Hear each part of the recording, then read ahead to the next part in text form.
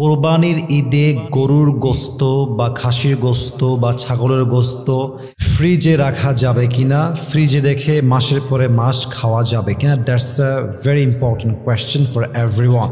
কারণ কোরবানির সময়ে এমন কোনো ফ্রিজ নাই যে ফ্রিজে গোস্ত থাকে না। যারা এই কোরবানি করে বেশিরভাগ মানুষ ফ্রিজে গোস্ত রাখে। এখন প্রশ্ন হচ্ছে, is it Islamic, is it allowed, এটা কি জায়েজ আছে কিনা? প্রথম কথা হচ্ছে, মাথায় রাখবেন, রাসূল করিম সাল্লাল্লাহু আলাইহি ওয়াসাল্লাম একদম শুরুর দিকে সবাইকে বলেছিলেন যে তোমরা কেউ গরুর গোস্ত জমা করে রাখবা না, যতটুকু আছে যা আছে 3 দিনের মধ্যে খেয়ে ফেলবে। কারণ আছে একটা, কারণটা হচ্ছে ওই সময়ে গরিব মানুষের সংখ্যা অনেক বেশি ছিল।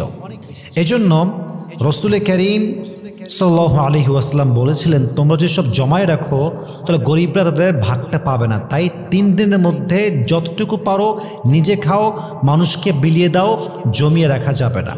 বাট পরবর্তী সময়ে সহিহ মুসলিমের বর্ণনা, নবী করিম সাল্লাল্লাহু আলাইহি ওয়াসাল্লাম বলেছেন, তোমরা চাইলে এখন থেকে খেতেও পারো অথবা জমায়েও রাখতে পারো। এটা সহিহ মুসলিমের বর্ণনা।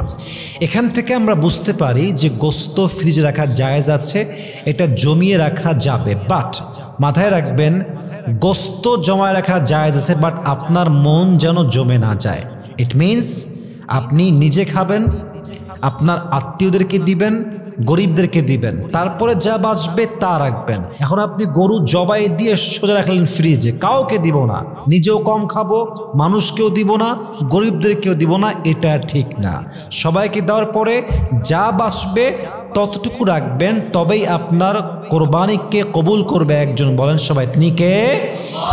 অতএব বোঝা গেল কোরবানির গোস্ত ফ্রিজ আপ করা যাবে, তবে ফ্রিজ আপ করার ক্ষেত্রে মাথায় রাখতে হবে আমাদের অন্তর যেন ফ্রিজ না হয়ে যায়।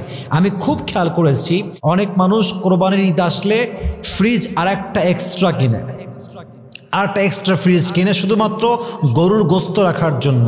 আমি রাখাকে অন্যায় বলছি না, বাট আপনার বাড়ির পাশে গরিবরা না খেয়ে মরছে, আপনার আত্মীয়দের মাঝে অসংখ্য আত্মীয় গরিব আছে, আপনি মানুষকে না দিয়ে জমায় যাচ্ছেন মাসের পরে মাস। ইভেন অনেকে তো এমনও আছে যে গোস্ত রাখতে রাখতে মাসের পরে মাস রাখতে রাখতে একটা পর্যায়ে গিয়ে পচে যায় গোস্তগুলো। এইটা ঠিক না। নিজে আগে খাবেন মন মতো, আত্মীয়দেরকে দিবেন, গরিবদেরকে দিবেন, সবাইকে দেওয়ার পরে যা বেঁচে যাবে অল্প কয়েকদিন রেখে আবার খেয়ে ফেলবেন। মাসের পরে মাস রেখে দেওয়া, বছরের পরে বছর রাখা, এটা কখনো শরিয়া সম্মত হতে পারে না। ঠিক কিনা বলেন? অতএব গোস্ত ফ্রিজ আপ করেন, বাট খেয়াল রাখবেন এটা যেন আপনার আমল নষ্টের কোনো কারণ না হয়। আল্লাহ আমাদের সবাইকে বোঝার তৌফিক দান করুক। আমরা সকলেই জবান খুলে মন খুলে পড়ছি আমিন।